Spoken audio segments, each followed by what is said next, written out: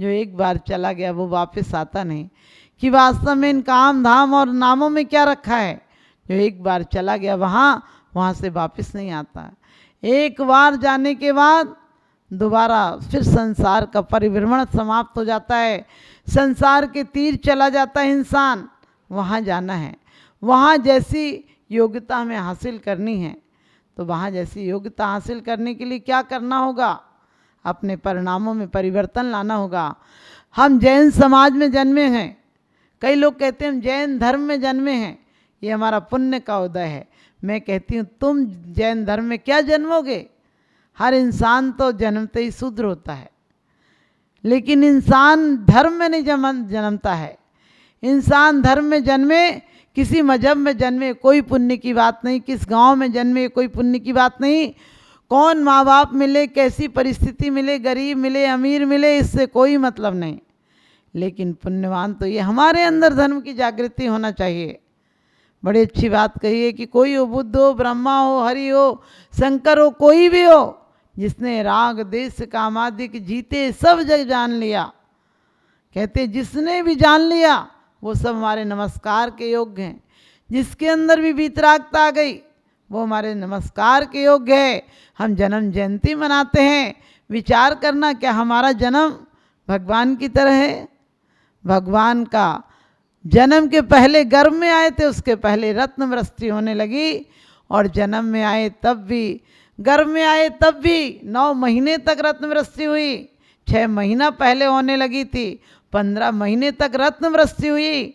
गर्भ शोधन के लिए, शंका समाधान करने के लिए, तत्व चर्चा करने के लिए स्वर्ग से देवियां आई, 56 कुमारिकाएं आई।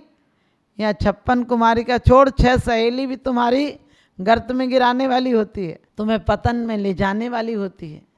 एक सहेली भी तुम्हें हित का मार्ग बताने नहीं आती है।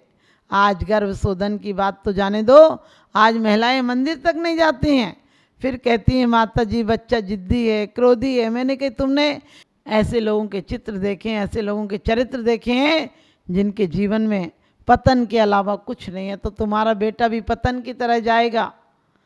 पतन की तरफ, पतंग की तरह ना जाने कट कर कहाँ गिर जाएगा। यदि आप चाहते हैं कि आप तीर्थंकर की माँ की तरह धन्य बने, तो उन जैसी एक करनी कर लेना। सुबह उठकर परमात्मा का स्मरण कर लेना, पंच परमेश्वरी का स्मरण कर लेना, अपनी आत्म तत्व के प्रति जागृति ले आना कि वही परम धाम, वही शिव धाम, वही स्वरूप मेरा भी है। मम स्वरूप है सिद्ध समान। लोग रोज पढ़ते हैं अंतर यही ऊपरी जान, वे विराग यहाँ राग वितान। मैंने कहा इस अंतर को समाप्त करने के लिए कितने कितने भव लग जाते हैं। आप महावीर भगवान के पूर्व जन्मों का इतिहास उठाकर देखो, भटके तो कितने भव भटके, जरा सा अहंकार। और आज के आदमी के अहंकार चरम सीमा पर है। आज के आदमी का अहंकार किसी को कुछ समझता ही नहीं, ये भी नहीं समझता कि कोई और दूसरा जीव दिव्य भी है, उसके अंदर भी आत्मा है हमारे समान। किसी का भी अपमान कर देता, ये नहीं सोचता है कि वो आत्मा भी सिद्ध बन सकती है हमारे समान, हमारे जैसी उच्च गति को प्राप्त कर सकती है। और उसके बाद हम सोचते हैं हमारा उत्थान होगा। भगवान जब गर्भ में थे तो पद्मासन विराजमान थे, उनकी माँ को भी कष्ट नहीं था, उनको भी कष्ट नहीं था। आज बच्चे का जन्म होता है तो देखो कौन से नरक में, कौन सी जगह से हम आए हैं, कभी भूल जाते हैं। कितने कष्ट सहकर आए ये भी भूल जाते हैं। मात गर्भ में कॉल किया था, नाम जपूंगा मैं तेरा, इस झूठी दुनिया में आकर भूल गया मैं नाम तेरा। इस झूठी दुनिया में आकर हम नाम भूल गए, भगवान का नाम भी भूल गए, और कहते हैं हम भगवान बनेंगे। हम भगवान बनना है तो उन जैसी प्रक्रिया को अपनाना होगा, उन जैसी मनोदशा को लाना होगा अपने अंदर, तो हम भगवान बन सकते हैं। भगवान के 5 नाम, वीर, अतिवीर, सन्मति, महावीर आदि नामों के बारे में लोग कहते हैं हाथी वश में किया, सर्प वश में किया। मैं कहती हूँ हाथी तो महावत भी वश में कर लेता है, उसमें वश में करने में कोई बड़ी बात नहीं थी। सर्प को तो सपेरा भी वश में कर लेता है, लेकिन कर्म रूपी शत्रुओं को, सर्पों को जो विष रूपी पंचेंद्री विषय रूपी नाग डस रहे हैं, उन पंचेंद्री रूपी नागों को वश में किया था। जो हमारी वासना रूपी हाथी किसी के वश में नहीं आता है, उसको बस में किया। ये वीर महावीर बनने की प्रक्रिया है। तो महावीर जयंती पर हमारी सच्ची सद्भावनाएं यही होंगी कि महावीर के कल्याणक पर अपने कल्याण की योजना बनाएं। हम महावीर के कल्याणक के दिन हम सिर्फ दया परोपकार जैसी भावनाएं लाएं, क्योंकि जयंती उन्हीं की मनाई जाती है जो जन्म पर जय प्राप्त कर लेते हैं। वो आए थे तो भी कल्याणक था, गए तो भी कल्याणक है। हमारा कल्याणक कब होगा, हम ऐसी योजना बनाना है। और आप सबको अपना कल्याण मनाना है तो सिर्फ जन्माभिषेक के दिन अभिषेक नहीं करना है, बल्कि अपने पापों का प्रक्षालन करना है।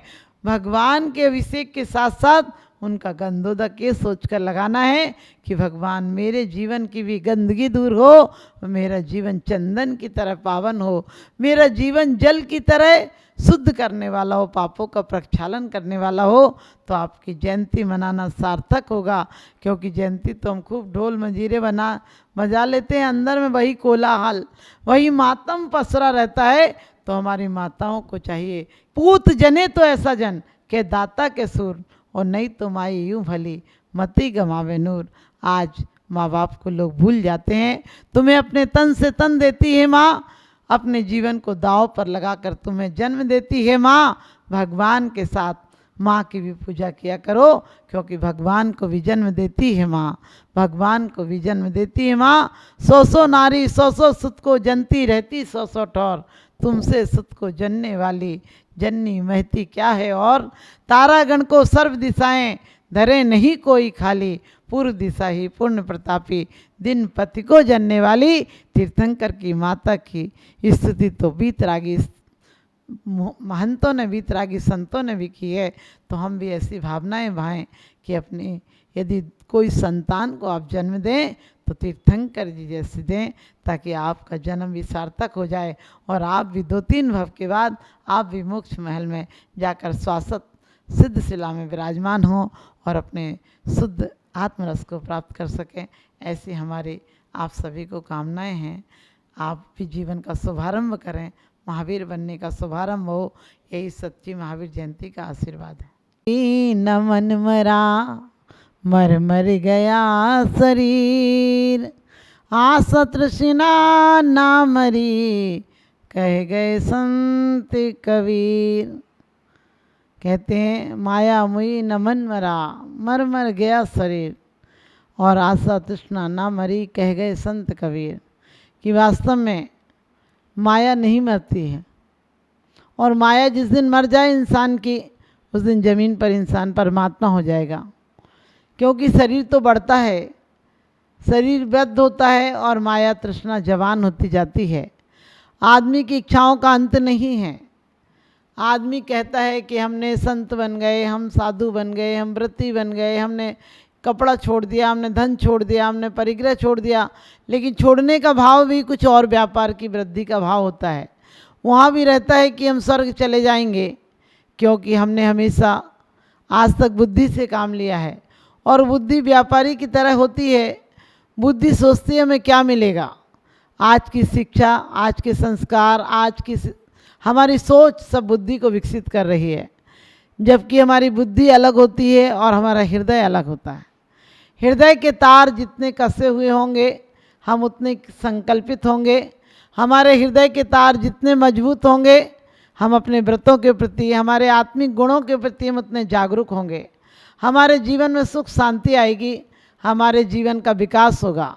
बुद्धि से आदमी विक्षिप्त रहता है। आज हम हमेशा कहते हैं क्रोध छोड़ो, मान छोड़ो, माया छोड़ो, लोभ छोड़ो। अरे मर जाओगे तब भी छूटने वाली नहीं है, क्योंकि ये छूटने की चीज़ नहीं है।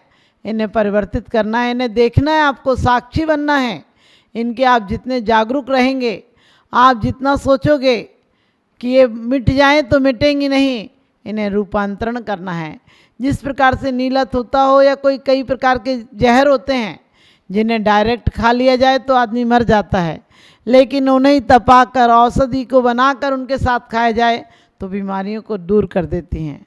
इसी प्रकार से जीवन में क्रोध और मान, माया, लोभ ये मानव के आत्मिक शत्रु हैं, लेकिन यही शक्तियाँ हमारी हैं जो आज इनके प्रतिद्वंदी बन रही हैं, लड़ रही हैं। लड़ने से शत्रु और बलवान हो जाता है। जितना जितना आप लड़ते हैं और सोचते हैं लड़ने के बाद, दूर होने के बाद, मकान बदलने के बाद, उसे भगाने के बाद आप दुश्मन से स्वतंत्र हो जाएंगे, लेकिन आपने कभी देखा होगा जितना जितना लड़ते हैं उतना उतना दुश्मन तुम्हारे दिल में वास कर लेता है। मित्र को तुम घंटे 2 घंटे को भुला देते हो, लेकिन दुश्मन को नहीं भुला पाते हो, क्योंकि दुश्मन तुम्हारे दिल में मन से और नज़दीक आ जाता है।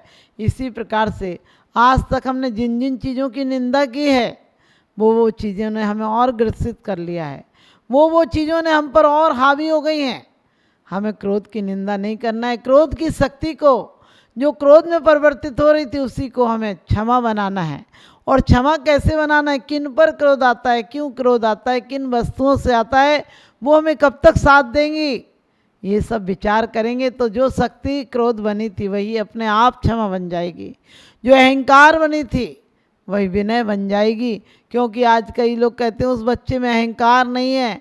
मैंने कहा अहंकार नहीं है, हर दुर्गुण होते हैं आत्मा के अंदर, लेकिन दुर्गुणों को सुगुण कैसे बनाना ये हमारा हृदय बताता है। आपने देखा होगा बुद्धि के द्वारा आप कई बार विचार करते हैं कि गलत काम नहीं करना, क्रोध नहीं करना, मान नहीं करना, झगड़ा नहीं करना, लड़ाई नहीं करना घर में, लेकिन आपकी हृदय की बातें, आपकी बुद्धि की बातें हृदय तक नहीं पहुंचती हैं, और जैसे ही निमित्त मिलते हैं वैसे ही आपकी आप भावनाओं में बह जाते हैं और क्रोध कर जाते हैं। आपने देखा होगा आपके ऊपर आपकी विक्षिप्त शक्तियाँ, आपके दुर्गुण कितने हावी हो गए हैं, क्योंकि आप विचार तो करते हैं कल पूजा को जाना है, मंदिर को जाना है, अच्छा दान देना है, परोपकार करना है, किसी पे क्रोध नहीं करना है, और दूसरे दिन मंदिर जाने का टाइम आता है, सुबह सुबह नींद आ रही होती है, लगता है सो जाओ, थोड़ी देर सो जाओ, कल चले जाएंगे। आप पूरी जिंदगी में शुभ क्रियाओं को, शुभ भावनाओं को, हृदय के गुणों को आप कल पर टालते हैं और बुद्धि के दुर्गुणों को आज और अभी स्वीकार कर लेते हैं। आप जब जब टालेंगे तब तक आपके जीवन में सुगंध नहीं आ सकती है।